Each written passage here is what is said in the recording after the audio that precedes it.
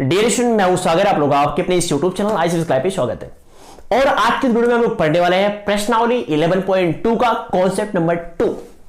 इसके जस्ट पहले हम लोगों ने पढ़ा है प्रश्नावली 11.2 के कॉन्सेप्ट नंबर 1। और कॉन्सेप्ट नंबर 1 में हम लोगों ने क्या क्या पढ़ा है कि कोई भी एक बिंदु से जाने वाली रेखा और किसी दिए गए वेक्टर के समांतर जाने वाली रेखा का समीकरण कैसे फाइंड किया जाता है, तो हम लोगों ने अच्छे इस चीज को पढ़ा है। तो यार अगर आपने प्रश्नावली 11.2 के कॉन्सेप्ट का पार्ट फर्स्ट वीडियो नहीं देखा है तो उस वीडियो का लिंक आपको नीचे डिस्क्रिप्शन बॉक्स में मिल जाएगा, आप जाकर वहां से पढ़ाई कर सकते हो। या तो बेहतर होगा हमारे प्लेलिस्ट पे चले जाओ, हमारे प्लेलिस्ट पर के नाम से एक प्लेलिस्ट वहां पर उसके सारे वीडियो क्रम से अवेलेबल है, आप वहां से उसकी पढ़ाई कर सकते हो, ठीक है। लेकिन यार अगर आपने पार्ट फर्स्ट नहीं देखा है तो आई हार्डली रिकमेंडेड कि आप सबसे पहले जाओ पार्ट फर्स्ट को देखो, क्योंकि पार्ट फर्स्ट को बिना देखे आप प्रश्नावली 11.2 के कॉन्सेप्ट नंबर 2 यानी इस वीडियो को आप अच्छी तरीके से समझ नहीं पाओगे, ठीक है। तो हाँ यार वीडियो को स्टार्ट करते नहीं, वीडियो को स्टार्ट करने से पहले मैंने आप लोगों को कई बार बताया कि हमारा एक चैनल है टेक्निकल आईसीएस के नाम से, ठीक है। तो आप लोग जाओ यूट्यूब पर सर्च करो टेक्निकल आईसीएस और जो चैनल आएगा उसको सब्सक्राइब करो और अपना प्यार दो। देखो उस वीडियो में बहुत अच्छी चीजें हैं, वहां पे मैंने बहुत अच्छी चीजें बताया है, ठीक है। यहां पर तो सिर्फ हो रही है खाली पढ़ाई की बात, लेकिन वहां पर हर एक क्षेत्र की बात हो रही है। यूट्यूब चैनल कैसे बनाया जाए, कैसे ये किया जाए, कैसे वो किया जाए, बहुत सारी चीजों की बात हो रही है। और वहां पर अगर आप कुछ पूछोगे तो मैं वहां पर आपको कुछ बताऊंगा, इंपॉर्टेंट चीज बताऊंगा आपके लाइफ को लेकर के, ठीक है। तो अगर आपने उस चैनल को सब्सक्राइब किया तो बहुत अच्छी बात है, लेकिन अगर आपने उस चैनल को नहीं सब्सक्राइब किया है तो उस वीडियो का लिंक आपको नीचे डिस्क्रिप्शन बॉक्स में मिल जाएगा, आप जाओ उस चैनल को सब्सक्राइब करो और अपना प्यार दो, ठीक है। तो चलते हैं वीडियो को स्टार्ट करते हैं। तो यार जैसा कि हम लोग जानते हैं पिछले वाले वीडियो में हम लोगों ने पढ़ा किसी भी एक पॉइंट और किसी भी दिए गए वेक्टर से समांतर जाने वाली रेखा का समीकरण कैसे फाइंड किया जाता है। समीकरण दो प्रकार के होते हैं, एक सदिश समीकरण और एक होता है क्या कार्तीय समीकरण। और लोगों ने दोनों समीकरणों को अच्छी तरीके से पढ़ा था। और आज के वीडियो में हम लोग पढ़ेंगे किसी भी दो बिंदु से होकर जाने वाली रेखा का समीकरण कैसे फाइंड करेंगे, सदिश समीकरण भी और कार्तीय समीकरण भी। इसके बाद हम लोग क्या पढ़ेंगे, इसके बाद हम लोग पढ़ेंगे किन्हीं भी दो रेखाओं के बीच का कोण कैसे फाइंड करते हैं उसको पढ़ेंगे। फिर हम लोग पढ़ेंगे कि किन्हीं भी दो रेखाओं के बीच की न्यूनतम दूरी कैसे फाइंड करते हैं, जब वो एक तल में दिया हो तब, जब वो भिन्न भिन्न तल में दिया हो तब, यानी जब वो समतलीय हो तब, जब वो विषमतलीय हो तब। बस हमको ये तीन चीज पढ़नी है और तीन चीज पढ़ने के बाद जो प्रश्नावली 11.2 है उसके कॉन्सेप्ट पूरी तरीके से खत्म हो जाएंगे और इसके बाद आप प्रश्नावली 11.2 के सारे क्वेश्चन बहुत ही आराम से लगा सकते हो, ठीक है। तो आइए चलते हैं वीडियो को स्टार्ट करते हैं। तो देखो यार सबसे फर्स्ट हम लोग क्या पढ़ने वाले हैं, किन्हीं भी दो पॉइंट से होकर जाने वाली रेखा का समीकरण फाइंड करो। समीकरण दो प्रकार का होगा, एक होगा सदिश समीकरण, जो दूसरा होगा वो होगा कार्तीय समीकरण। तो ये समीकरण को कैसे फाइंड करेंगे, तो सपोज करो कि मान लो दो बिंदु दिया है और सवाल में भी क्या होगा कि आपको दो बिंदु दिया रहेगा। तो मान लो दो बिंदु दिया है, एक जो बिंदु है उसका नाम है x1 y1 और z1, ये पहला पॉइंट है, इसको आप मान सकते हो बिंदु ये। एक दूसरा पॉइंट दिया है, इसको आप मान सकते हो बिंदु बी, और बिंदु बी का निर्देशांक क्या है x2 कामा y2 और कामा क्या z2। इन दो बिंदुओं को मिलाओगे तो इन दोनों बिंदुओं को मिलाने से एक रेखा बनेगी और इसी रेखा का हमको फाइंड करना है समीकरण, ठीक है। अब ध्यान से देखो यार, मैंने आपको पहले ही बताया कि अगर आप किसी रेखा का समीकरण निकालते हो तो उसमें x और y पहले से विद्यमान होता है। जैसे अगर मैं कहूं रेखा का मानक समीकरण ax + by + c = 0, तो देखो वहां पर x और y है कि नहीं, तो बिल्कुल है। परवलय की बात करूं, परवलय का समीकरण y² = 4ax, तो वहां पर देखो y और x है कि नहीं, तो बिल्कुल है। अगर मैं वृत्त का समीकरण की बात करूं तो वृत्त का समीकरण क्या होता है, x² + y² + 2gx + 2fy + c = 0, वहां पर देखो x y फूट के भरा हुआ है, ठीक है। तो इस दुनिया में अगर हम किसी भी चीज के समीकरण की बात करें तो वहां पर क्या होता है, x और y विद्यमान होता है। x और y क्या होता है, स्वयं बिंदु होते हैं जो उसी पर स्थित होते हैं। जैसे अगर हम वृत्त के समीकरण की बात करें तो वृत्त के समीकरण में जो x और y होता है वो उसी वृत्त पर कहीं पर स्थित होता है।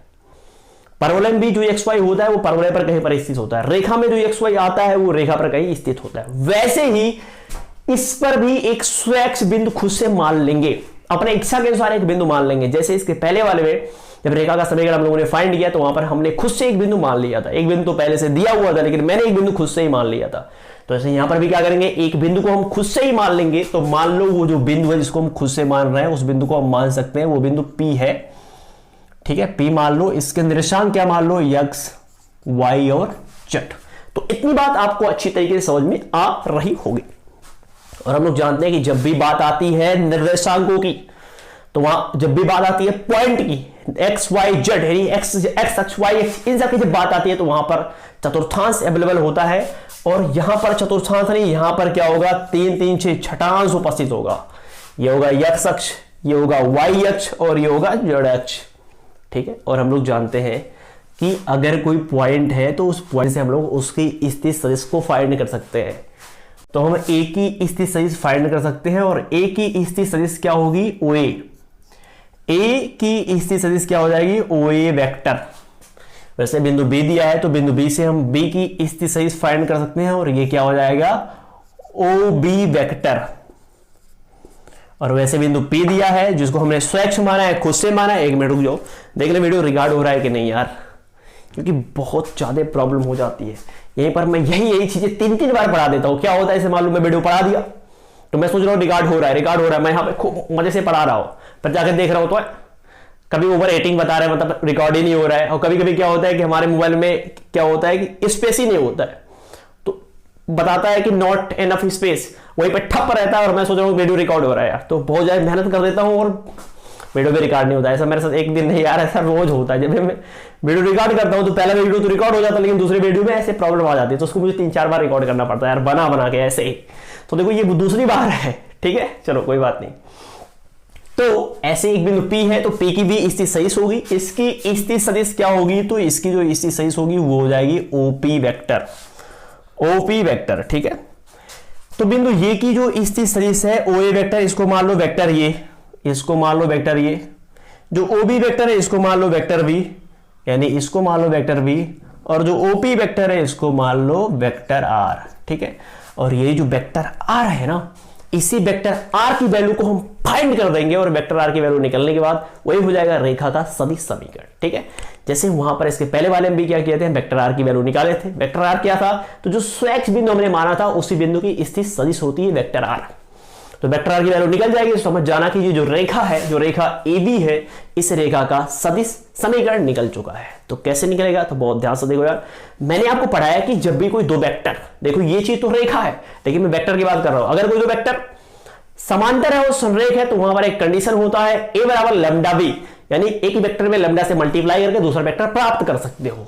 कब ये होता है, जब दो वेक्टर समांतर होते हैं। पर क्वेश्चन इज दैट यहां पे तो रेखाएं हैं, लेकिन फिर भी इसको दो वेक्टरों में बांट सकते हो। एक वेक्टर कर सकते हो AB वेक्टर, और एक वेक्टर कर सकते हो AP वेक्टर। तो मैं कह दूं AP वेक्टर बराबर AB वेक्टर। यहां पे क्या देख रहे हो, दो वेक्टर है कि नहीं है, तो दो वेक्टर यहां पर है। अब ध्यान से देखो, दोनों वेक्टर कैसे संरेख है। संरेख क्यों, क्योंकि एक ही रेखा पर है। अगर हम बात करें वेक्टर AB की और वेक्टर AP की, तो ये एक ही रेखा पर है, इसलिए संरेख है। संरेख है तो एक में लैम्डा से मल्टीप्लाई करके दूसरा वेक्टर प्राप्त कर सकते हो। पर क्वेश्चन इज दैट किसमें लैम्डा से मल्टीप्लाई करोगे यार, तो लैम्डा में मल्टीप्लाई छोटे वाले में करोगे। क्वेश्चन इज दैट छोटे वाले में क्यों करोगे, तो देखो यार, जैसे मैं कह दूं एक वेक्टर 10 है, एक वेक्टर 5 है, दोनों को बराबर करना है, तो 2 से मल्टीप्लाई किसमें करोगे, छोटे वाले में ना। तो वैसे देखो AP क्या है, बड़ा है, AB क्या है, छोटा है, तो लैम्डा से मल्टीप्लाई किसमें करोगे, जो चीज छोटा वाला है उसमें लैम्डा से मल्टीप्लाई करोगे। तो ये क्या आ गया, AP वेक्टर बराबर क्या, लैम्डा AB वेक्टर। अब देखो इस AP वेक्टर, तो यहां पर ये AP वेक्टर है, वो क्या है, वो एक स्थिति सदिश है, और सॉरी ये रेखाखंड सदिश है। AP वेक्टर और AB वेक्टर क्या है, रेखाखंड सदिश है, और इसको हम लोग स्थिति सदिशों में बांट सकते हैं। कैसे बांटोगे, तो AP वेक्टर बराबर क्या हो जाएगा, OP vector minus OA vector, और लैम्डा AB वेक्टर बराबर क्या हो जाएगा, OB vector minus OA vector. चलो OP वेक्टर की वैल्यू क्या है, तो OP वेक्टर की वैल्यू ये है, यानी क्या R vector minus OA vector की वैल्यू क्या है, तो ये है A वेक्टर, ये लैम्डा। OB वेक्टर की वैल्यू क्या है, V वेक्टर, तो यहां पर हो जाएगा V vector, minus OA vector की वैल्यू क्या है, A वेक्टर, तो यहां पर हो जाएगा A वेक्टर। तो यहां से R वेक्टर की वैल्यू फाइंड कर लो। R वेक्टर बराबर ये जाएगा उधर, तो ये हो जाएगा A वेक्टर और प्लस लैम्डा, और ये हो जाएगा V वेक्टर माइनस ये वेक्टर, और ये आ गया रेखा का सदिश समीकरण, जब वो रेखा किन्हीं भी दो बिंदु से होकर जाए तब। तो क्वेश्चन इज दैट ये तो समीकरण आ गया, हमको मान लो हम समीकरण याद कर लिए कि वेक्टर R बराबर A vector plus lambda V vector minus A vector. समीकरण याद हो गया, पर क्वेश्चन को लगाएंगे कैसे, तो देखो यार, जो क्वेश्चन आएगा, क्वेश्चन कुछ ऐसे आएगा, कहेगा कि एक रेखा पर दो बिंदु की स्थित सदिशियां दी हुई है। जैसे मान लो ये रेखा है, इस रेखा पर दो बिंदु दिए हैं, तो दो बिंदु से क्या करोगे, ये बिंदु दिया है तो यहां से इसकी स्थित सदिश फाइंड कर सकते हो, ये बिंदु दिया है तो यहां से इसकी स्थित सदिश फाइंड कर सकते हो। या अगर मान लो इसकी स्थित सदिश दिया होता तो यहां से हम क्या करते, इस वाले पॉइंट को फाइंड कर लेते। ठीक है, तो मान लो पॉइंट दिया है तो पॉइंट से क्या करोगे, इसकी और इसकी स्थित सदिश फाइंड कर लोगे। स्थित सदिश फाइंड करने के बाद इसी में रख दोगे, रखने के बाद सॉल्व कर दोगे, और सॉल्व करने के बाद जो आर वेक्टर की वैल्यू आएगी वही हो जाएगी रेखा का सदिश समीकरण। अब क्वेश्चन इज दैट कि मान लो आप ये सोच रहे होगे कि ठीक है सर, मैं ए वेक्टर बी वेक्टर की वैल्यू यहां पे रख दे रहा हूं, रखने के बाद सॉल्व कैसे करूंगा। तो अगर आपको सॉल्व करना नहीं आता है तो यार कोई दिक्कत नहीं है, जब मैं प्रश्नावली पढ़ाऊंगा तो आपको अच्छी तरीके से क्लियर हो जाएगा। बस यहां पर ये जानना जरूरी है कि फॉर्मूला ये होता है, इसमें ये vector B vector R vector lambda ये सब क्या होते हैं, बस इतनी बात समझ में आई ना। तो यही है दो बिंदु से होकर जाने वाली रेखा का सदिश समीकरण। लेकिन अब यहां से हम निकालेंगे कि दो बिंदु से होकर जाने वाली रेखा का कार्तीय समीकरण क्या होता है। तो यार कार्तीय समीकरण तभी निकाल सकते हैं जब हम सदिश समीकरण को मालूम हो। तो यहां पर हमको क्या क्या जानना जरूरी है, सदिश समीकरण जानना जरूरी है, कार्तीय समीकरण जानना जरूरी है। लेकिन सदिश समीकरण को कार्तीय समीकरण में, कार्तीय समीकरण को सदिश समीकरण में कैसे बदला जाता है यह भी हमको बदलना आना चाहिए। तो यहां पर हम क्या करेंगे, ये है सदिश समीकरण, सदिश समीकरण को हम लोग बदलेंगे कार्तीय समीकरण में। कैसे बदला जाता है आप लोग इसको बहुत ध्यान से देखो। ठीक है, चलो तो बहुत ही सिंपल यार, देखो अगर इस सदिश समीकरण को कार्तीय समीकरण में बदलना चाह रहे हो तो ये आर वेक्टर क्या था, ये जो स्वैच्छ बिंदु था इसी का स्थित सदिश था। तो देखो ये हमको मालूम है निर्देशांक, तो यहां से हम लोग इसकी स्थित सदिश फाइंड कर सकते हैं, यानी आर वेक्टर की वैल्यू फाइंड कर सकते हैं। तो आर वेक्टर की वैल्यू क्या आएगी यहां से, तो आएगा एक्स आई कैप, वाई जे कैप और जेड के कैप बराबर, देखो यहां पर ये वेक्टर है, ए वेक्टर की वैल्यू यहां से हम फाइंड कर सकते हैं। तो क्या हो जाएगा, x1 आई कैप, y1 जे कैप और z1 के कैप। देखो ये सारी चीजें जो हो रही हैं ये आपको तभी समझ में आएगी जब आपने वेक्टर पढ़ा होगा। अगर आपने वेक्टर नहीं पढ़ा है तो पहले आप जाओ यार वेक्टर पढ़ो, तो फिर यहां पर आओ। ठीक है, फिर इसके बाद क्या है प्लस, तो यहां पर प्लस कर दो, फिर लैम्डा वी वेक्टर, और वी वेक्टर की वैल्यू चाहने के लिए हम लोग यहां सारा ले सकते हैं, वी वेक्टर की वैल्यू यहां से निकाल सकते हैं। तो कैसे निकालोगे, देखो यहां से x2 आई कैप, y2 जे कैप प्लस z2 के कैप और माइनस ए वेक्टर की वैल्यू यहां से फाइंड कर सकते हैं।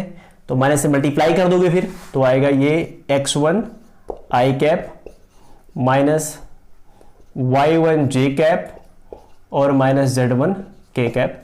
इस ब्रैकेट को आप बंद कर सकते हो, और ब्रैकेट बंद करने के बाद ये जो ये चीज है इसको यहां पर हटा दो। इसके बाद इसको सॉल्व कर लो। सॉल्व कैसे करोगे, तो ये देखो x आई कैप, y जे कैप, z के कैप। ठीक है, देखो इसके बाद नॉर्मली क्या करना है, लैम्डा से मल्टीप्लाई कर देना है। तो लैम्डा से मल्टीप्लाई करोगे तो ये हो जाएगा x1 आई कैप, y1 जे कैप प्लस z1 के कैप। लैम्डा से मल्टीप्लाई करो तो लैम्डा x2 आई कैप, यहां पर लैम्डा y2 जे कैप, पर यहां पर करोगे तो लैम्डा z2 के कैप, माइनस से मल्टीप्लाई करो तो माइनस लैम्डा x1 आई कैप माइनस लैम्डा y1 जे कैप और माइनस लैम्डा z1 के कैप। तो मैं ठहरो देखे रिकॉर्ड हो रहा है कि नहीं, तो बिल्कुल यार रिकॉर्ड हो रहा है।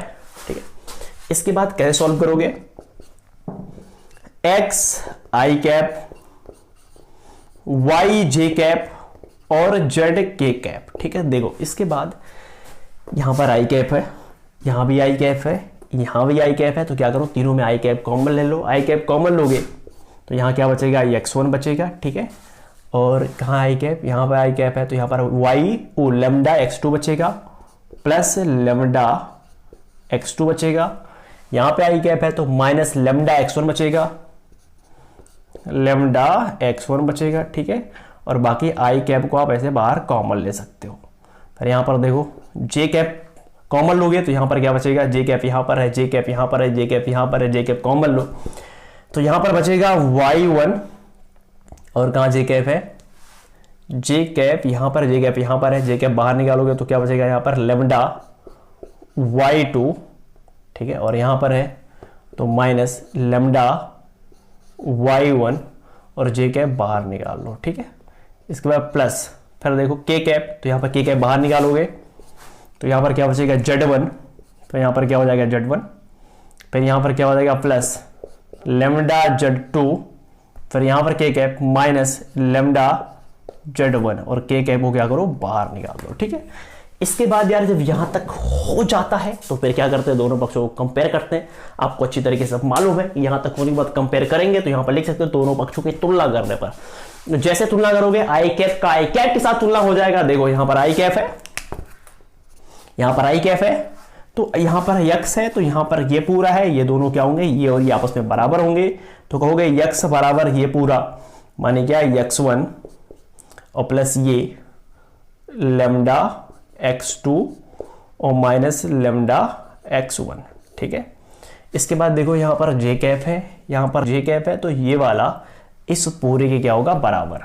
तो ये क्या होगा y बराबर ये पूरा क्या है y1 plus lambda y2 minus lambda y1, ठीक है। इसके बाद के कैप यहां पर है, के कैप यहां पर है, ये वाला पूरा बराबर हो जाएगा इसके जेड के, तो जेड बराबर क्या हो जाएगा ये पूरा z1 प्लस लेमडा z2 और माइनस लेमडा z1। देखो यार एक चीज आप यहां पे कर सकते हो, लेमडा यहां से कॉमन ले सकते हो, तो लेमडा जब कॉमन लोगे तो यहां पर लेमडा कॉमन हो जाएगा, लेमडा यहां पर भी क्या है कॉमन हो जाएगा और यहां से भी क्या होगा लेमडा कॉमन हो जाएगा। तो लेमडा कॉमन बाहर ले सकते हो, इसको इधर भेज सकते हो, तो ये चीज जब इधर आएगा तो माइनस में हो जाएगा, तो ये हो जाएगा माइनस x1, ठीक है, बीच में बराबर लग जाएगा। वैसे ये यहां पर आएगा तो क्या हो जाएगा माइनस y1, ये चीज यहां पर आएगा तो क्या हो जाएगा माइनस z1, ठीक है। और यहां से लेमडा की वैल्यू निकालोगे तो लेमडा बराबर क्या हो जाएगा, ये चीज नीचे आ जाएगा इसके, तो ये क्या है x माइनस x1 बटा ये क्या है x2 माइनस x1।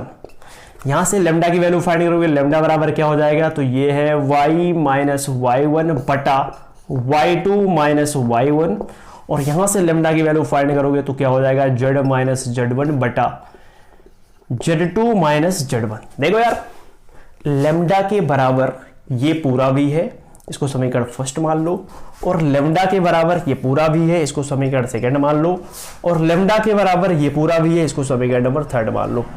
समीकरण नंबर 1, समीकरण नंबर 2, समीकरण नंबर 3, तीनों को देखो एक पक्ष बराबर है तो दूसरा पक्ष भी क्या होगा आपस में बराबर होगा, मतलब ये बराबर ये बराबर ये, तो ये क्या है, तो ये है x माइनस x1 बटा x2 माइनस x1 बराबर ये वाला y माइनस y1 बटा y2 माइनस y1 बराबर ये वाला यानी क्या z माइनस z1 बटा z2 माइनस z1, ठीक है। तो ये हो गया किसी रेखा का कार्तीय समीकरण, और इसके जस्ट पहले हम लोगों ने पढ़ के आया क्या कि r वेक्टर बराबर a vector plus lambda b vector minus ये वेक्टर, ये क्या है, तो ये है किसी रेखा का, दो बिंदु से होकर जाने वाली रेखा का सदिश समीकरण, और ये है दो बिंदु से होकर जाने वाली रेखा का कार्तीय समीकरण। अब क्वेश्चन इज दैट यार कि अगर ये वाली चीज दी हुई है तो यहां से ये वाली चीज हम लेके आ सकते हैं। कैसे लेके आ सकते हो, देखो एक खाखा बन गया तो यहां से लेके आ ही सकते हो, लेकिन ये वाला चीज दिया हो, देखो यार सिंपल चीज मैं आपको एक चीज बता दूं ना कि मान लो ये वाला चीज दिया हुआ है तो इस वाली चीज में कैसे उसको कन्वर्ट करोगे, तो ध्यान रखना। देखो क्वेश्चन इज दैट कि अगर इसको तो सॉल्व करना जान गए हो, इसको कैसे सॉल्व करते हैं, तो देखो ध्यान से, अगर मान लो सवाल में दो बिंदु दिए हैं, दोनों बिंदु के निर्देशांक दिए हैं, तो एक वाला बिंदु क्या होगा x1 y1 z1, दूसरा वाला क्या होगा x2 y2 z2। तो अगर दोनों बिंदु के निर्देशांक दिए हैं तो क्या करो, जहां पर x1 x2 सब ऐसा वैल्यू पुट कर दो, उसके बाद जो भी आएगा वो हो जाएगा आंसर, ठीक है। लेकिन अगर ये वाला दिया है तो इसको इसमें कैसे कन्वर्ट करोगे, ये दिया है तो इसको इसमें कैसे कन्वर्ट करोगे, तो ध्यान से देखना यार। मान लो ये समीकरण दिया हुआ है, ठीक है, तो ये समीकरण दिया हुआ है तो सिंपली इसको ऐसे कन्वर्ट कर सकते हो बस, लेकिन ये दिया हुआ है तो इसको इसमें कैसे कन्वर्ट करोगे, तो ध्यान देना, यहां से अगर समीकरण दिया है तो यहां से तो x1 x2 x1 x2 और क्या बोलते हैं x1 x2 y1 y2 z1 z2 की वैल्यू फाइंड कर सकते हैं। अब x1 y1 z1 x2 y2 z2 यानी दोनों निर्देशांक मिल गए, तो दोनों बिंदुओं क्या निकल जाएंगे, इस सही निकल जाएंगे। अगर दोनों बिंदुओं के इसी सही मिल गए तो यहीं पे उठा के रख दो, सॉल्व कर दो, बाकी ये भी निकल जाएगा, समझ पा रहे हो कि नहीं? तो इस तरह हम दोनों को एक दूसरे में कन्वर्ट करना सीख गए। ठीक है, अब हम लोग पढ़ने वाले हैं कि अगर कोई दो रेखाएं दी है तो दो रेखाओं के बीच में कोण कैसे निकालते हैं यार। तो चलो इसको देख लेते हैं, और इसके पहले देख ले वीडियो रिकॉर्ड हो रहा है कि नहीं। चलो अब हम लोग पढ़ने वाले हैं किन्हीं भी दो रेखाओं के बीच का कोण कैसे फाइंड करते हैं। तो मान लो एक रेखा ये है और एक रेखा ये है, और दोनों रेखाओं के बीच एक कोण बन रहा है। इस कोण मान लो ये थीटा है, ये कोण जो थीटा है, इस कोण को हम कैसे फाइंड करेंगे। तो देखो यार, अगर हमारे पास दो रेखाएं हैं तो दो रेखाओं का समीकरण होगा। ठीक है, तो मान लो जो ये पहली रेखा है इसका जो समीकरण है vector r is equal to a1 vector plus lambda b1 vector.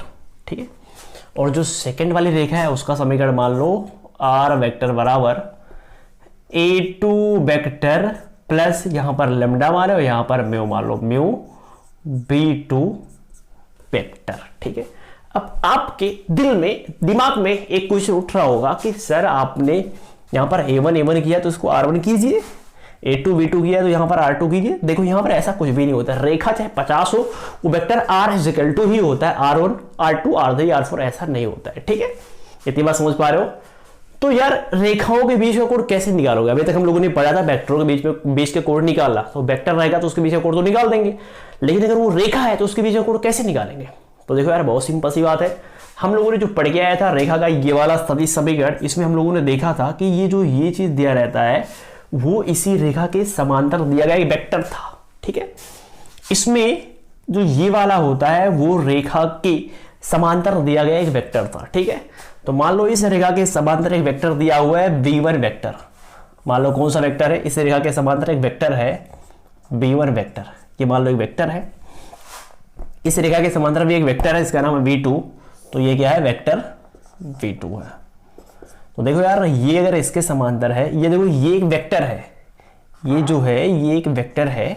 ठीक है, लेकिन अगर ये इसके समांतर है, ये इसके समांतर है, तो ये एक समांतर चतुर्भुज हो गया। और समांतर चतुर्भुज में क्या होता है, आमने सामने के कोण आपस में क्या होते हैं, बराबर होते हैं। तो ये अगर थीटा है तो ये भी क्या हो जाएगा, थीटा।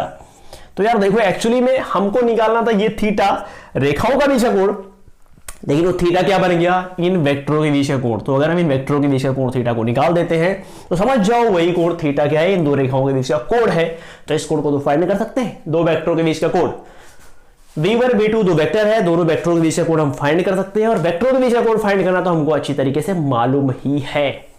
ठीक है, तो कैसे फाइंड कर सकते हो यार? फाइंड करने के लिए हम दो लोगों का सहारा ले सकते हैं, सदिश गुणन का और अदिश गुणन का। तो सदिश गुणन थोड़ा टफ हो जाता है क्योंकि वहां पे एन गैप आ जाता है, लेकिन अदिश गुणन पर बहुत सिंपल है क्योंकि वहां एन गैप नहीं आता है।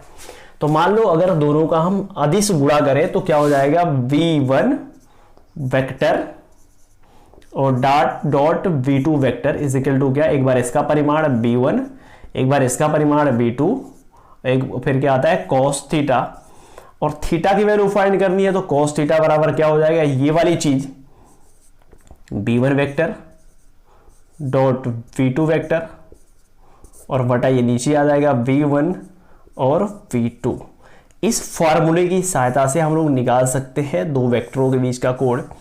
दो वेक्टर यहां पर कौन था, v1 v2, तो इनके बीच का कोण है थीटा।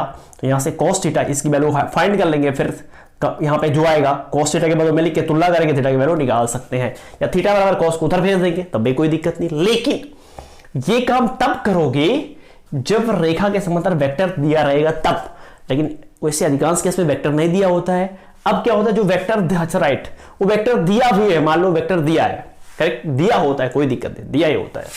तो मान लो ये जो वेक्टर v1 की वैल्यू है वो मान लो क्या है, वो है a1 i cap, b1 j cap और c1 k कैप। और यहां पर जो b2 है कहां गया, ये जो v2 है इसकी जो वैल्यू दी है वो मान लो क्या दिया है, a2 i cap, b2 j cap और प्लस c2 k कैप। देखो यहां पर एक चीज डाउट हो सकता है, उस डाउट को मैं आपको क्लियर कर देता हूं अच्छी तरीके से। देखो यार यहां पर जो b1 है ना, इस b1 का ये परिमाण नहीं है, ध्यान रखो, ये एक वेक्टर है, ये वेक्टर कुछ भी हो सकता है, ये बस मैंने ऐसे मान लिया। अब यहां पर ये भी मत कहना कि ये जो a1 है वो इसका परिमाण है, ऐसा कुछ भी नहीं है यार, ये एक अलग वेक्टर है। ये जो वेक्टर b1 है वो वेक्टर b1 को मैंने इस रूप में लिखा है, मान लो इस रूप में आप नहीं लिखना चाहते हो तो इसको x1 y1 z1 कर सकते हो, इसको x2 y2 z2 कर सकते हो, ठीक है, कोई दिक्कत नहीं है। बस आप ये चीज ध्यान रखना कि ये a1 b1 ये एक अलग वेक्टर है, लेकिन जो इसमें a1 b1 आ रहा है वो अलग चीज है, वो इनका परिमाण और इनका परिमाण नहीं है, ये अलग वेक्टर है जिसमें इसको a1 b1 c1 मैंने बोल दिया, ये एक अलग वेक्टर है जिसमें मैंने a2 b2 c2 बोल दिया, ठीक है। अब ध्यान दो यार, देखो ये हो जाएगा cos थीटा, ये vector v1 dot vector v2, तो इस वेक्टर का डॉट गुणा करेंगे तो हम लोगों ने पढ़ के आएगा कि नहीं, ये दो वेक्टर का डॉट गुणा उनके संगत घटकों के गुणनफल के योगफल के बराबर होता है। तो a1 का संगत घटक a2 है, तो a1 का a2 में गुणा करो तो क्या हो जाएगा a1 a2 प्लस b1 का संगत घटक क्या हो जाएगा v2, तो ये क्या हो जाएगा b1 v2। यार आप गुणा करोगे तो फिर यही आएगा बाद में, ठीक है, तो अगर आपने वेक्टर पढ़ा है तो आपको अच्छी तरीके से मालूम है। c1 का संगत घटक क्या हो जाएगा c2, तो ये हो जाएगा c1 c2 और बटा b1 माने क्या, ये जो वेक्टर v1 है इसका परिमाण क्या होगा, इसका परिमाण होगा b1, ये जो वेक्टर v2 है इसका परिमाण क्या होगा v2। तो यहां से हम लोग परिमाण निकाल सकते हैं। परिमाण कैसे निकालोगे, रूट में इसका वर्ग इसका वर्ग इसका वर्ग उसके बाद जोड़ दो, यहां पर क्या हो जाएगा रूट में इसका वर्ग इसका वर्ग इसका वर्ग जोड़ दो, यानी क्या a1 का वर्ग प्लस b1 का वर्ग और प्लस क्या c1 का वर्ग, फिर रूट में b2 की वैल्यू यहां से फाइंड निकाल सकते हो, तीनों का वर्ग रूट में, तो a2 का वर्ग प्लस v2 का वर्ग और प्लस c2 का वर्ग। देखो यार सिंपल सी बात है, क्वेश्चन में दो वेक्टर दिया रहेगा, ठीक है, और वेक्टर देने के बाद उस वेक्टर में समझ जाना जो पहला वेक्टर है a1 b1 c1 यहां से निकाल सकते हो, दूसरे वाले वेक्टर से a2 b2 c2 निकाल सकते हो, इसी पे रख सकते हो। रखने के बाद इसको सॉल्व करना, मान लो cos थीटा बराबर कुछ भी आया, मान लो cos थीटा बराबर 0 आ गया, ठीक है, तो कहोगे cos थीटा बराबर cos कितने की वैल्यू 0 होती है, तो cos 90 की वैल्यू 0 होती है, कंपेयर करोगे इसी कट जाएगा और थीटा इक्वल टू क्या आ जाएगा 90। इस तरह हम दो वेक्टरों के बीच का कोण निकाल सकते हैं इस फॉर्मूले को याद कर करके, ठीक है, तो इस तरह निकाला जाता है दो वेक्टरों के बीच का कोण, ठीक है। इतनी बात समझ में आई कि नहीं यार, तो बिल्कुल इतनी बात समझ में आ गई होगी। अब यहां पर एक स्टेप और चलते हैं, तो वो एक स्टेप क्या है यार, देखो ध्यान से, यहां पर हमारे पास दो कंडीशन है, लेकिन कंडीशन देखने से पहले देख ले रिकॉर्ड हो रहा है कि नहीं। तो यार रिकॉर्ड हो रहा है, फिर बीच में एक बार बंद हो गया था, बड़ी प्रॉब्लम हो रही है। चलो दो कंडीशन है, पहला जब दो रेखाएं परस्पर क्या हो लंबवत हो तब क्या कंडीशन होगा, जब दो रेखाएं परस्पर समांतर हो तब क्या कंडीशन होगा।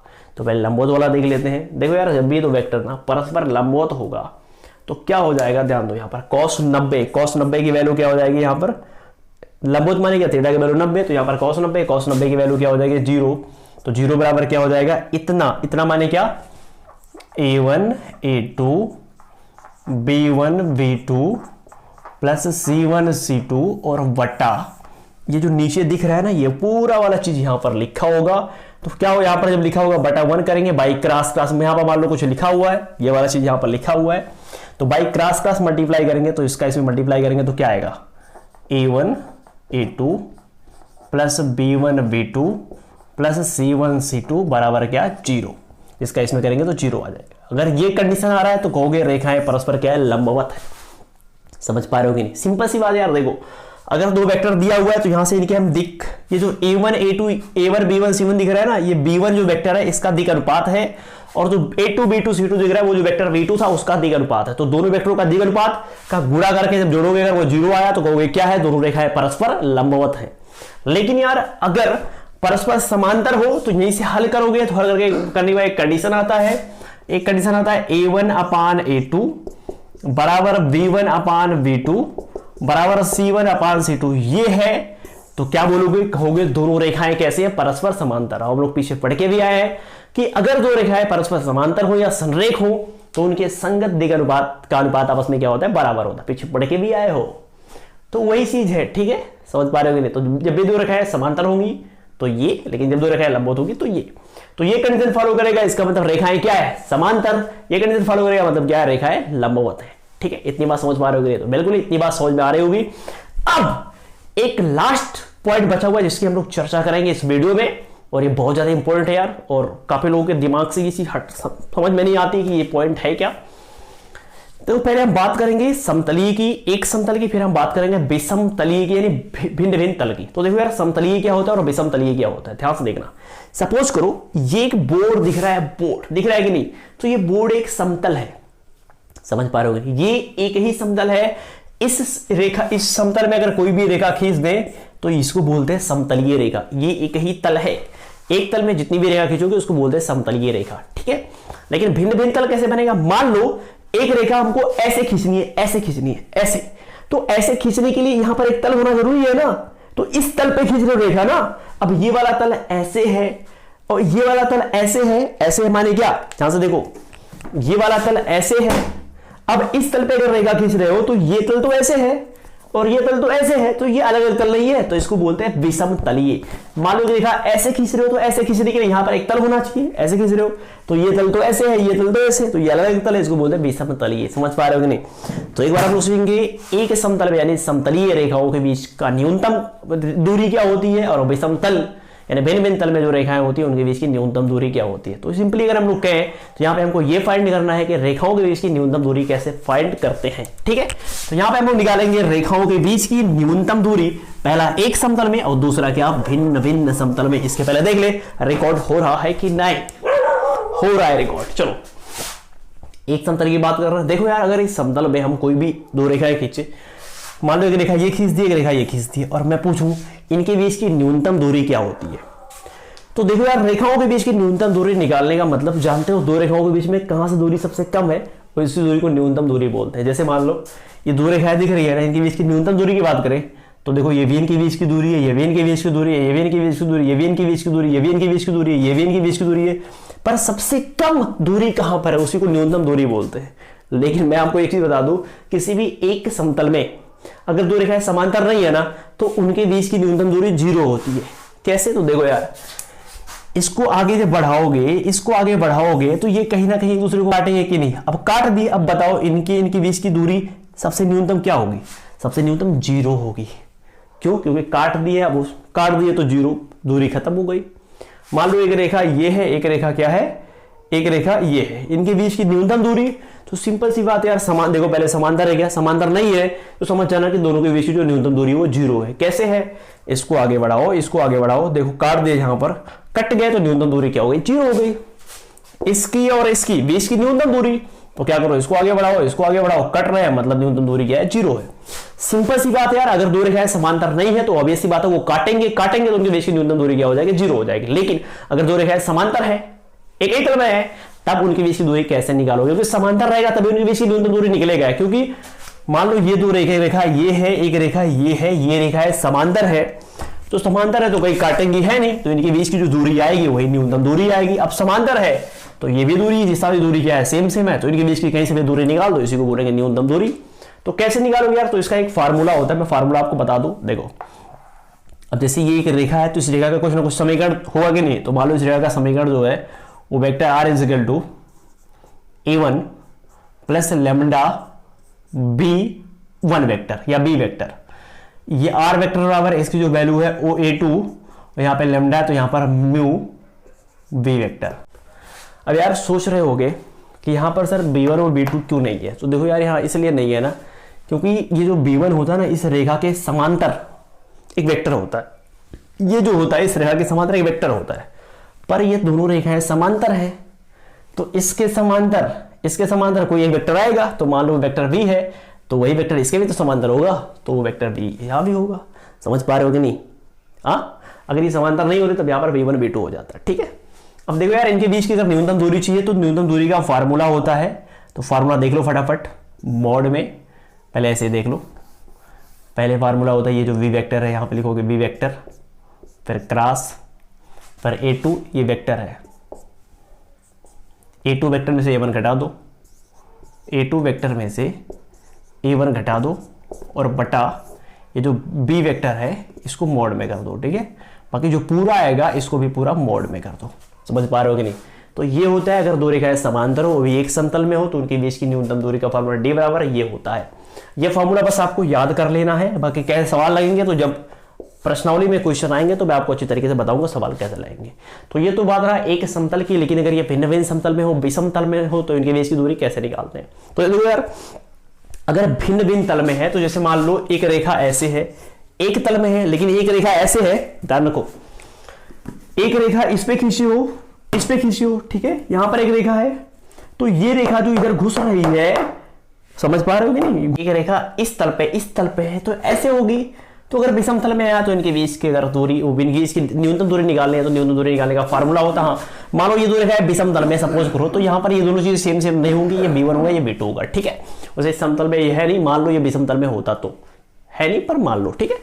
तो अगर विषम तल में है तो दो रेखाओं के समीकरण ऐसे ऐसे होंगे, ठीक है।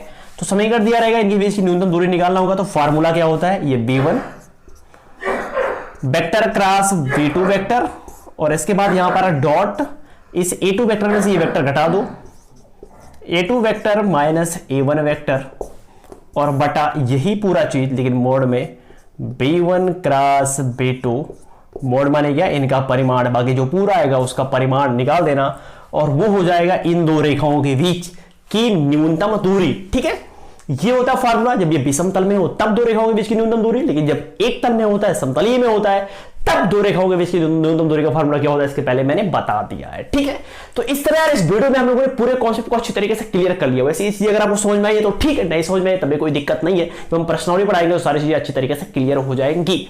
तो बताओ यार वीडियो को कैसी लगी, अगर आपको ये वीडियो अच्छी लगी तो वीडियो को नीचे नीचे कमेंट बॉक्स में कमेंट करो, क्योंकि कमेंट बॉक्स यार आप ही का है, ठीक है। कमेंट करो, क्योंकि आपके कमेंट से मुझे ऐसे और वीडियो बनाने का मोटिवेशन मिलता है, ठीक है। तो फिर हम लोग मिलते हैं नेक्स्ट वीडियो में। और हाँ, जो अगला वीडियो है अगर आपको नीचे डिस्क्रिप्शन बॉक्स में नीचे दिख जाए तो वहां से आप देख के पढ़ लीजिएगा, नहीं तो हमारे प्लेलिस्ट से जा ही सकते हो। और यार अगर आप वीडियो आपको अच्छी लगे तो हमारे वीडियो को लाइक करो, चैनल को सब्सक्राइब करो, क्योंकि मैं ऐसे ही क्योंकि मैं ऐसे ही बहुत सारे वीडियो को लेके आता रहता हूँ जो आपको मैथ में स्ट्रांग बनाने के लिए बहुत ही हेल्प करेगा। फिर मिलते हैं नेक्स्ट वीडियो में, तब तक के लिए आप लोग अपने पढ़ाई में खूब मेहनत करते रहो।